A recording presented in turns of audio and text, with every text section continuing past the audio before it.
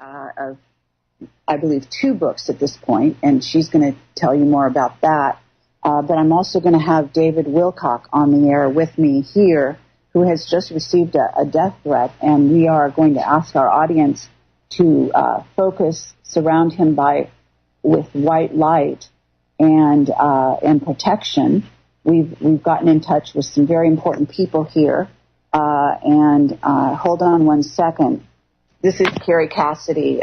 Do we have David Wilcock and Maxine Taylor? If we could just add them, if there is any chance of adding the guests and getting them here onto this call. I'm here. Bye. Okay. Hi, David. You're there. Yeah. Mm-hmm. Okay. So let me repeat this. David Wilcock has received a death threat. I've asked him to come on my show at the last minute here after I just got a notice myself about it. We have contacted the necessary people to protect him, and they are going to be doing that. But I also am asking the listening audience to surround him with white light and protection. And if you have any means to address this situation from a multiple of angles, please do so. And so go ahead, David, and tell your story, and let's deal with this. All right. It's okay. Let's just take it one step at a time. And I just want to say that you are beloved by many, many people out there, and I have contacted a very important person who can definitely come to your aid in every way. So do not worry. Whatever can be done will be done on your behalf. And I have to say, I've seen the future, and you're going to be fine. Well, I appreciate that.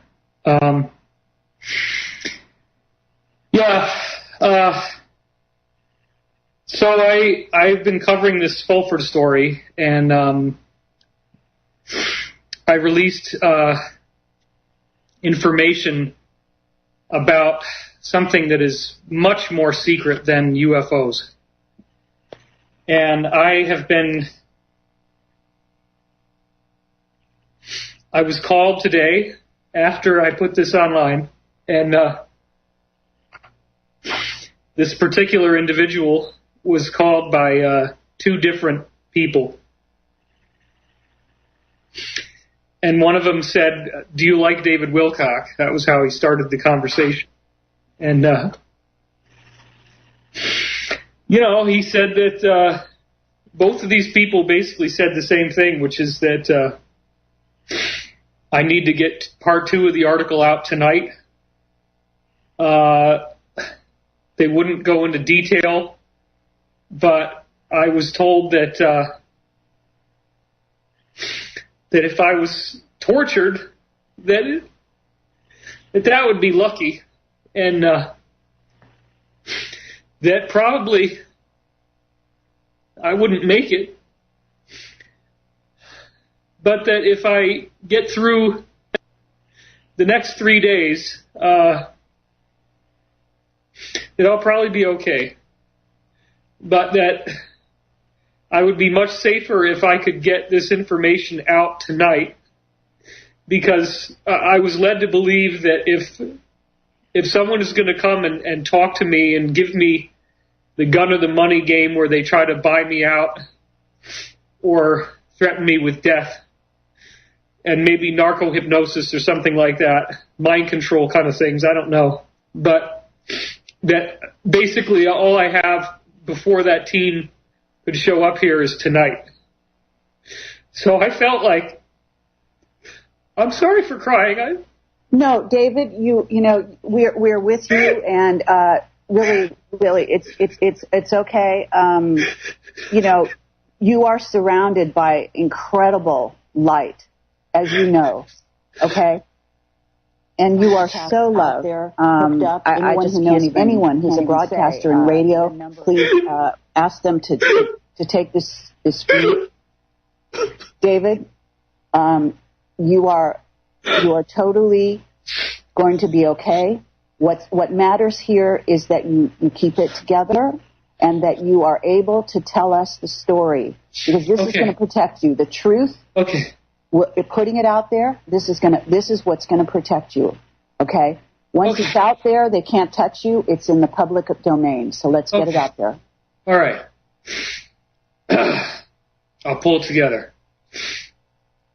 Fulford has never... Okay. I guess...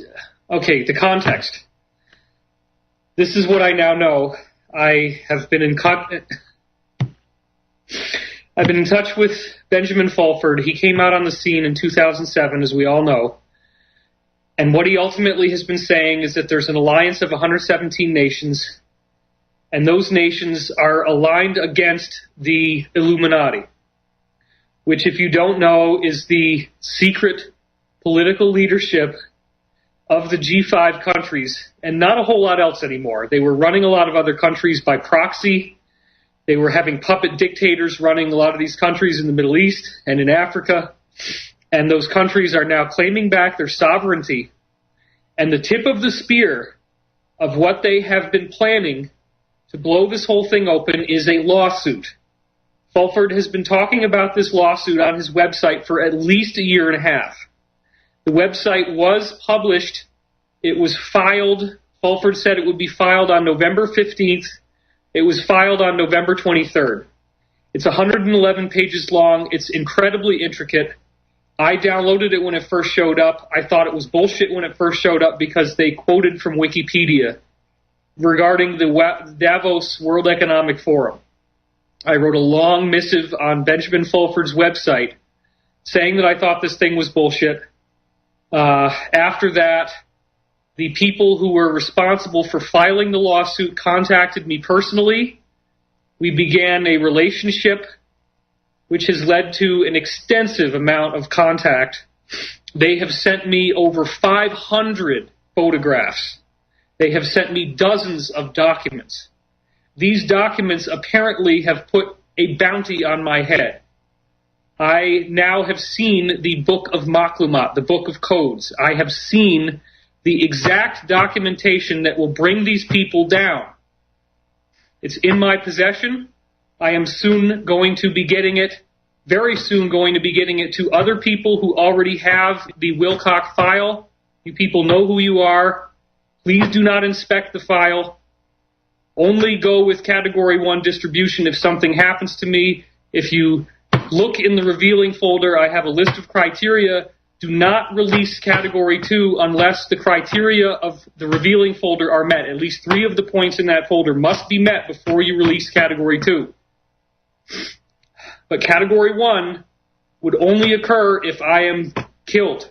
Okay? If you don't hear from me in 3 or 4 days, then go ahead and put it out there. In addition to that, if I put out a code phrase, as you guys know, because it's in the revealing folder, and that code phrase says that if you see that in my next update, then you have to go with distribution plan 1.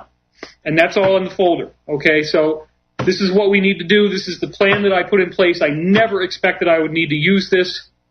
Carrie, you know I told you I recorded everything. It's a betrayal, but I recorded everything that happened when I was on the phone with Henry Deacon. I told him this when he was out here. That's part of what's in that file. There's a lot of other very juicy things in that file. Don't make me do this, please. Okay? Okay. I gotta calm down. So, these people, here's the story.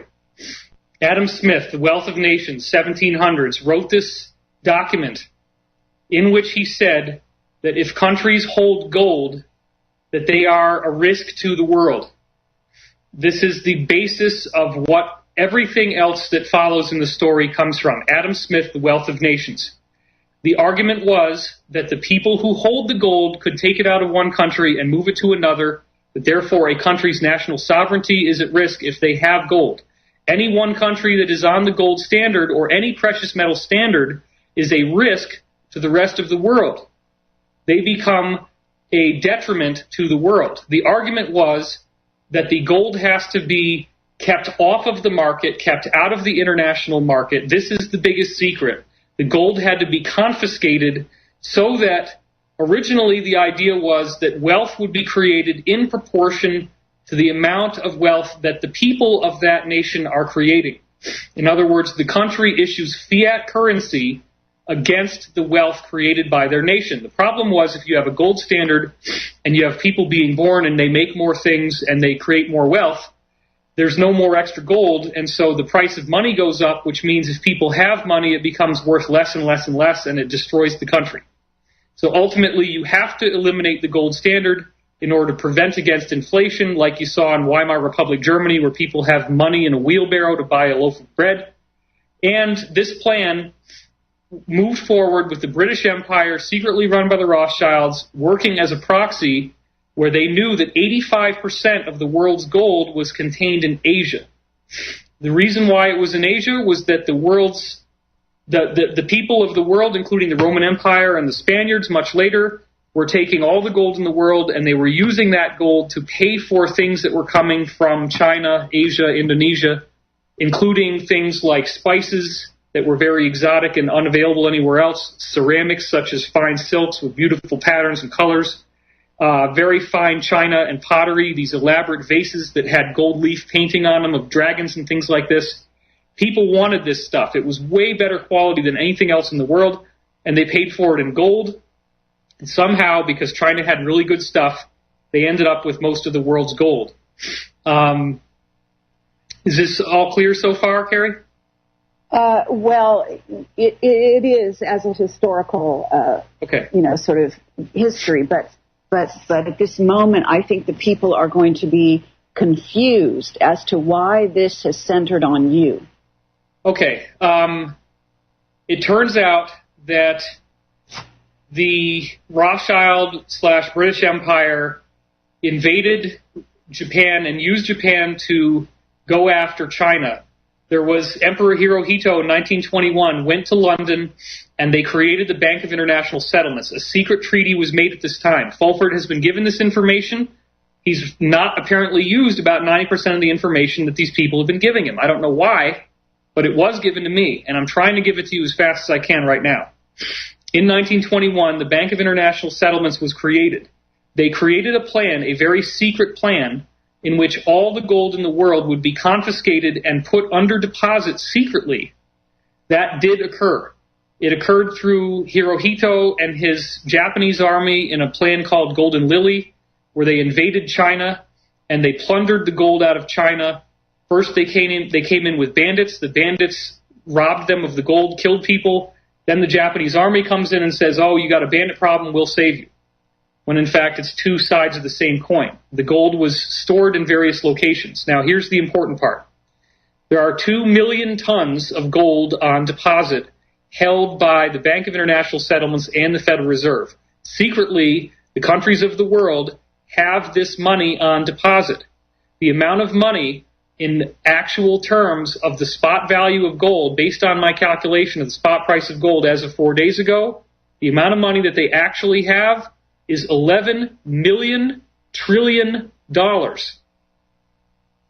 Everything you think you've been told about how gold is scarce is not true. This is the biggest secret. This is what people are shitting their pants, and they do not want me to talk about this because nobody expected this was going to make it out into the open. And that's what's happening right now. That's the secret. That's the story. The story is that through the threat that led up to World War II, much of the gold in the world was plundered. It was plundered in the U.S. because they made it illegal to own gold. If you had gold, they took it out of your safe deposit box. The Jews were robbed of their gold. They had much of the gold in Europe.